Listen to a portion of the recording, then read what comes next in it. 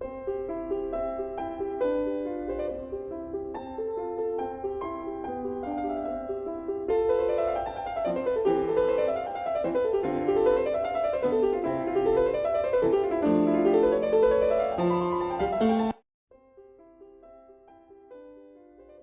day, geographers, and welcome to another series in geography. Today, we are going to be looking at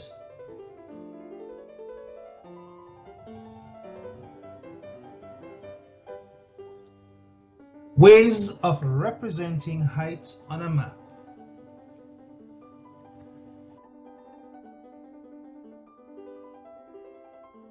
Now, there are several ways by which we actually represent height on a map. The first one are contour lines, sometimes called contours. Now, contour lines are actually drawn on topographical maps, joining places of equal heights above sea level. But you know, contour lines are more than just used to join places of equal height above sea level. And we'll get to that in a few, but let us continue. Now, the difference in height between contour lines is what we call the vertical interval. So, if the contour lines are numbering by 50, say for example starting at 0, 50, 100, 150, 200, 250, you get the message. That means that the contour interval is 50. Or if, say for example, you're asked to calculate the contour interval, and so you're given the height of one line being 30 meters and the other line being 100 meters, then therefore you subtract the 30 meters from the 100 meters, which will give you 70 meters. Now that 70 meters is the contour interval, or the difference in height between those two contour lines. As I was saying earlier, they provide more information than just the height. Contour lines help us to understand what the landform or the relief is like, whether they're hilly, flat, or gentle, slightly undulating. Now, if the contour lines are very close to each other, then the slope can be described as a steep slope. If they're very far apart from each other, then the slope can either be gentle or maybe the contour is flat. That is basically what they tell us. So it tells us how the relief or the topography, the landform is actually arranged. All right, but the prime purpose of the contour lines is to connect all places of equal heights above sea level, and they're actually those. Now here's a map of Petite Martinique showing us the contour lines. And as I was saying a while ago, contour lines are those little squiggly lines running all over the place like spaghetti. All right, they're very weird and irregular shaped for the most part because they are joining places of equal heights above sea level. They have numbers written on them, and these numbers tells us the height of the contours. Now there are some areas where the contours are uniform or evenly away from each other. We can say the slope here, for example, is a gentle slope. But what about right here, where the slope is steep because the contour lines are very close to each other? Now there are areas where the contour lines are very far apart, almost to the point where you don't see any contour lines in that area. It means therefore that the landform is actually flat. There are other areas where the contour lines are close, so it tells us that the slope is very steep, especially in this direction and in this direction as well. But the contour lines can sometimes be evenly apart from each other, and that tells us that the slope is actually gentle. All right, here we have another gentle slope down here. where you can notice they're far apart from each other, evenly apart from each other. But down here, you don't see any contour lines, or even most points along the coast, you don't see any. The contour lines are far apart, and it therefore means that the area is flat.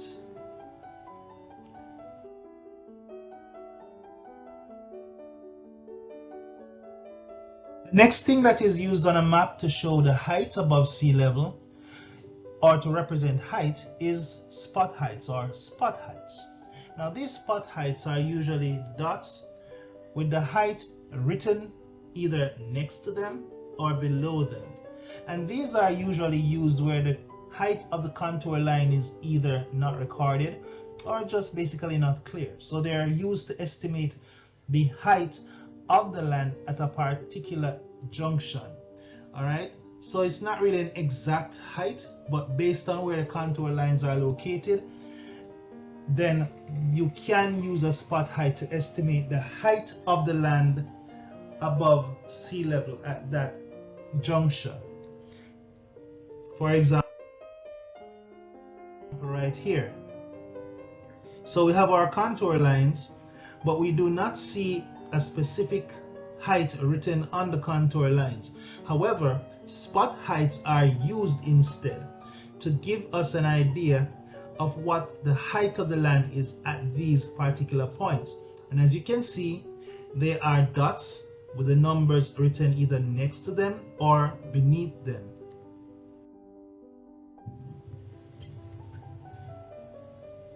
Next, benchmarks. Now benchmarks are metal bolts set into walls, gates, or bridges and symbolized on maps by arrows pointing to dots. The height of each benchmark is given beside each symbol. Here we have a map showing benchmarks. So you have the arrows actually pointing towards the benchmark. And right here, we have the numbers or the height of the land written next to the benchmark. BM referring to benchmark.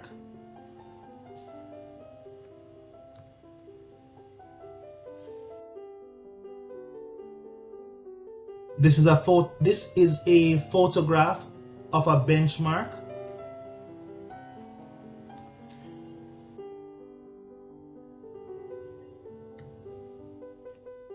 Major trigonometrical stations are very important ways of indicating height on a map. They are usually symbolized by a dot contained in an upright triangle with the height written next to it. And they would look like this.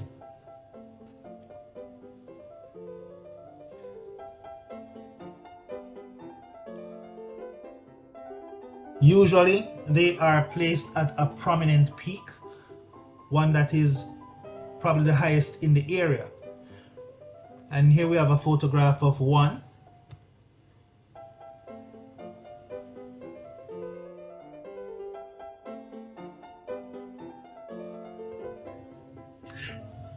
Its opposite is the minor trigonometrical station. Some maps refer to it as a secondary trigonometrical station. And it's actually an upside down triangle with a dot in the middle and the number written next to it. So it's basically, as I said, the opposite of a major trig station that is sometimes referred to as a primary trig station on some maps. Same thing. There is also a third type of trigonometrical station with a circle and a dot in the middle and a number next to it. That is what we call the tertiary trig station. The minor trig station is actually placed on a height of a peak not as high as the one that is where the major trig station is located, but it's still a valuable use of information as to the height of the land in that area.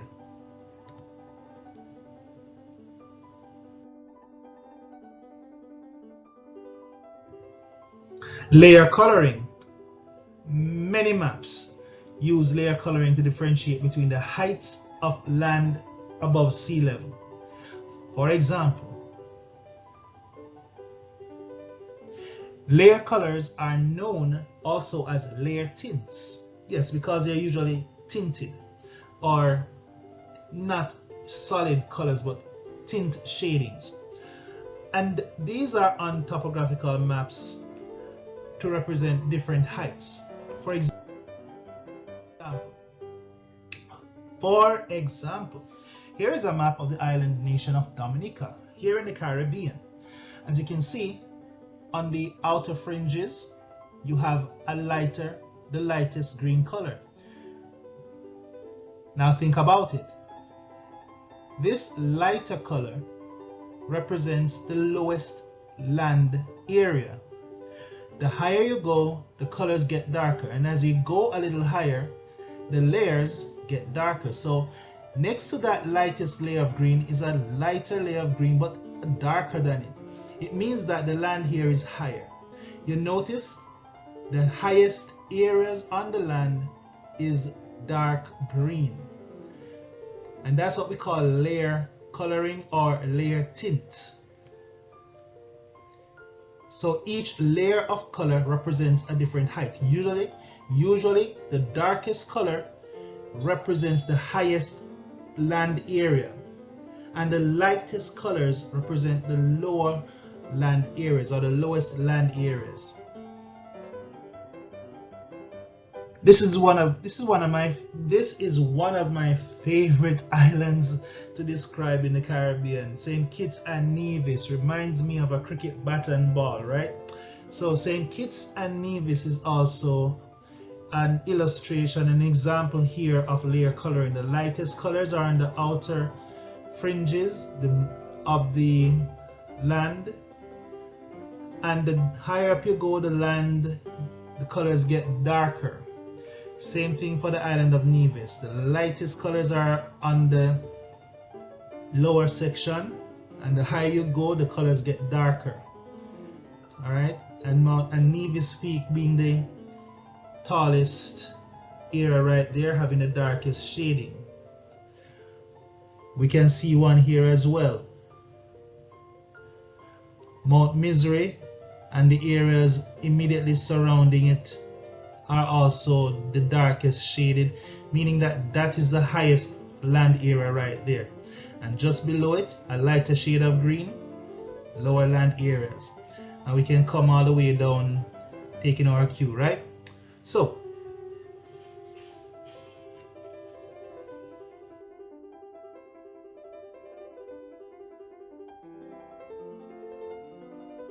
alright, next are hachures. Now, hachures are lines of shading representing the direction and steepness of the slope of a hill. You may have seen them before on maps, but you're not quite sure what they are, right? Okay, so where the slope is steep, the lines are dark and thick. And where the slope is gentle, the lines are wider apart and lighter in size.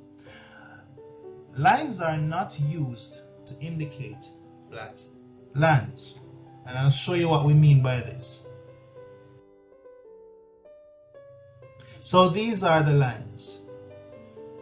These are what we call hachures. Now, where the slope is gentle, the lines are thin or light in appearance. Where the slope is steep, the lines are thick, as you can see there. And where the slope is gentle, the lines are thin.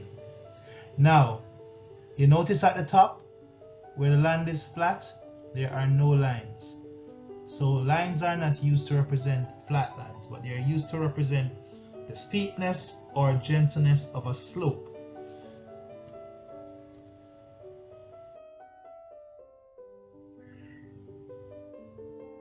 This is another example of hachures being used. As you can see, gentle slopes have thin or light appearing looking lines. Steep slopes have thicker lines. Where there are flat lands, there are no lines. As you can see, those are what we call hachures.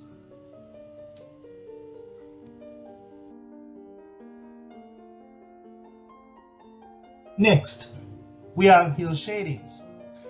So hill shadings use light and dark shades to denote or to distinguish height. This is similar to hachering.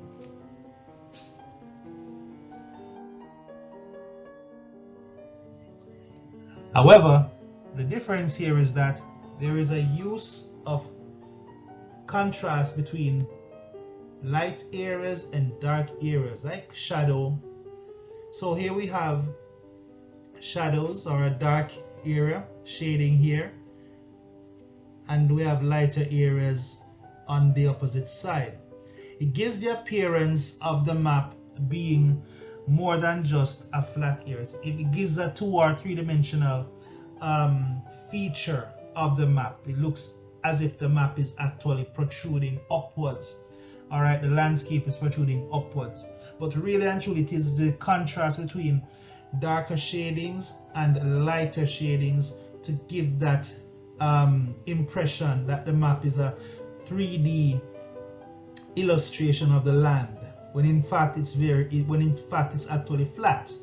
All right, but it's very useful in its effectiveness because it tells you that in that particular area the land is actually a highland area. All right, it's high, and as you can see also along with it, there's another form of height symbolism used on the map. I bet you can't tell me. Can you tell me, besides along with the hill shading, what other form of height representation is right here on the map? If you make the right the right observation, then you saying contour lines, very good, well done. So contour lines are also involved in this map, as you can see, and we have the height of the contour lines, especially over here, like 500 meters, 600. So the interval tells you that they're going up basically by 100 meters. All right, so that is hill shadings for you. It's basically the contrast of dark shadings with lighter shadings to give that impression that the land is actually a 3D object and is pushing upwards from the map, when in fact it's still flat.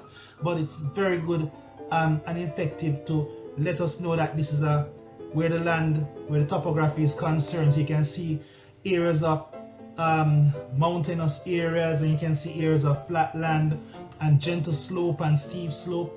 Very effective indeed.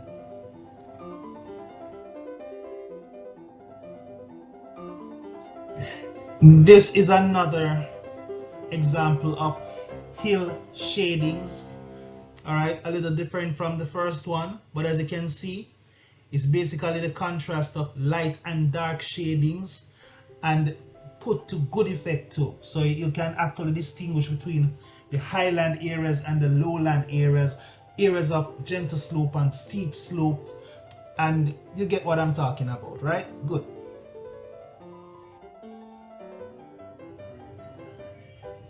Form lines. Now finally, form lines are lines, or should I say, form lines are contour lines drawn from spot height or from heights not accurately measured.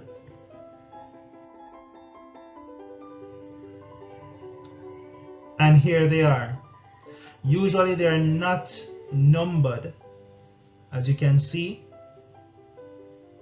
but you also do have major contour lines in between, and these are also numbered. But the thing about form lines is that they also tell you if the land is steep, if the land is flat, or if the land or the slope is gentle. So say for example in this area right here, the slope would be gentle. Here the slope is a little steeper because the contour lines are closer. But here the land is basically, the slope is basically gentle. More likely inside here the land is flat, because the contour lines are further apart or even more gentler than here. But where you have areas where the lines are very close, you know that these are very steep slopes. And we have little areas of flatland here as well in between. Alright, so these are what we call form lines. Alrighty then, so that brings us to the end of today's lesson. Thank you very much for spending the time with me, and do continue to love the subject of geography and work hard at it and love it with all thy might. So my geographers, have yourselves a great day. Take care. Remember to subscribe, leave some comments here and there, as well as to, give the likes. Yeah, all right, and spread the good news about this channel. So take care everyone and have a great day.